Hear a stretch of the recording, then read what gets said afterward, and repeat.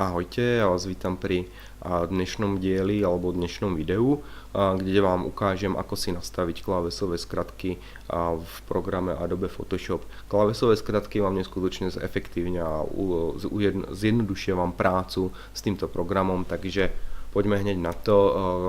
Tie klávesové skratky, ktoré už program zadefinované má, zistíte veľmi jednoducho. Nástroj, ktorý používate často, nemusíte naň klikať, pridržíte myš na danom nástroji a on vám ukáže klávesovú skratku. Pokiaľ tých klávesových skratiek a pokiaľ je ako pod tou klávesovou skratkou nástrojov viac, ono si to vždy pamätá ten posledný používaný, takže ale prepnete ho, napríklad gradient je G, podržíte Shift a stlačíte G, ono vám to tie nástroje obmienia. Takže Shiftom a klávesovou skratkou jednotlivého nástroja si tie nástroje prepínate. Dobre, poďme ale na to, ako si zadefinovať vlastné klávesové skratky. Takže poďme na to.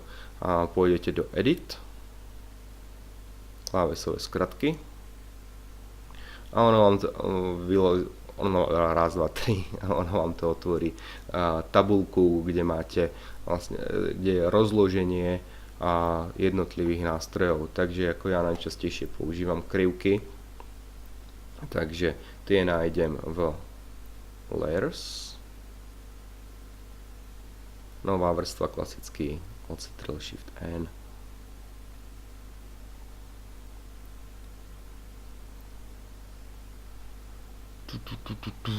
kurvec, tu sú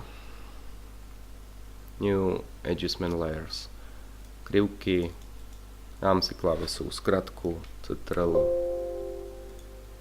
1, tu tam už vlastne mám, takže potvrdím si to OK. Mám ju zadefinovanú, takže Ctrl 1, potvrdím a mám tam hneď krivky Ctrl 1. Ďalšia výborná klávesová skratka, ktorá sa používa, je duplikovanie vrstvy, Ctrl J. Takže ja si tú vrstvu zduplikujem a môžem si zduplikovať koľko chcem, takže označím to všetko. Praktické využitie. Dám si idem presvetliť oči, napríklad klávesová skratka, upravím si ten nástroj, invertujem to, skratka Ctrl I, vezmem si G, gradient, robím si presvetlenie oka, výborne mám, zduplikujem vrstvu, Ctrl J, vezmem si zase gradient, urobím to na druhom oku a nepotrebujem vyklikávať pracne menu, ušetril som si celkom hodne času, takže takýmto spôsobom si fotku môžem ako pomocou toho gradientu poupravovať svetelne.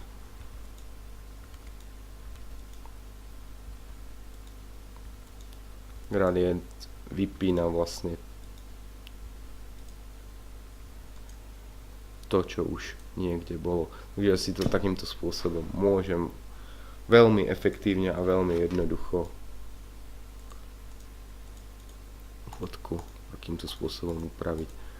Dobre.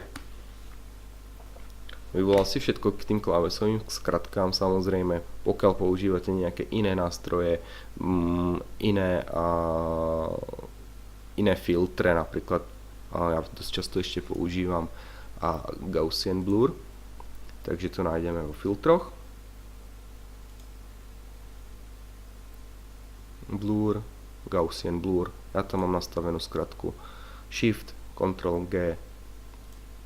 Takže poďme to vyskúšať.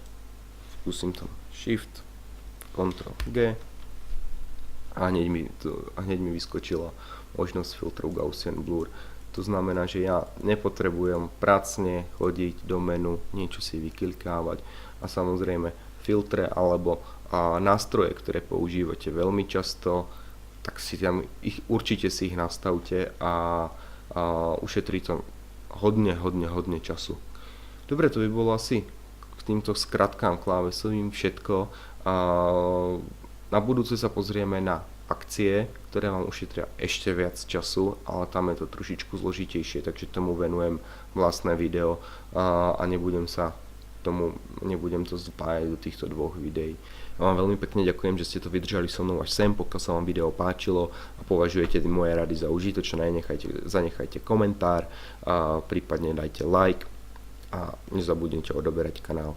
Ďakujem pekne, ahoj.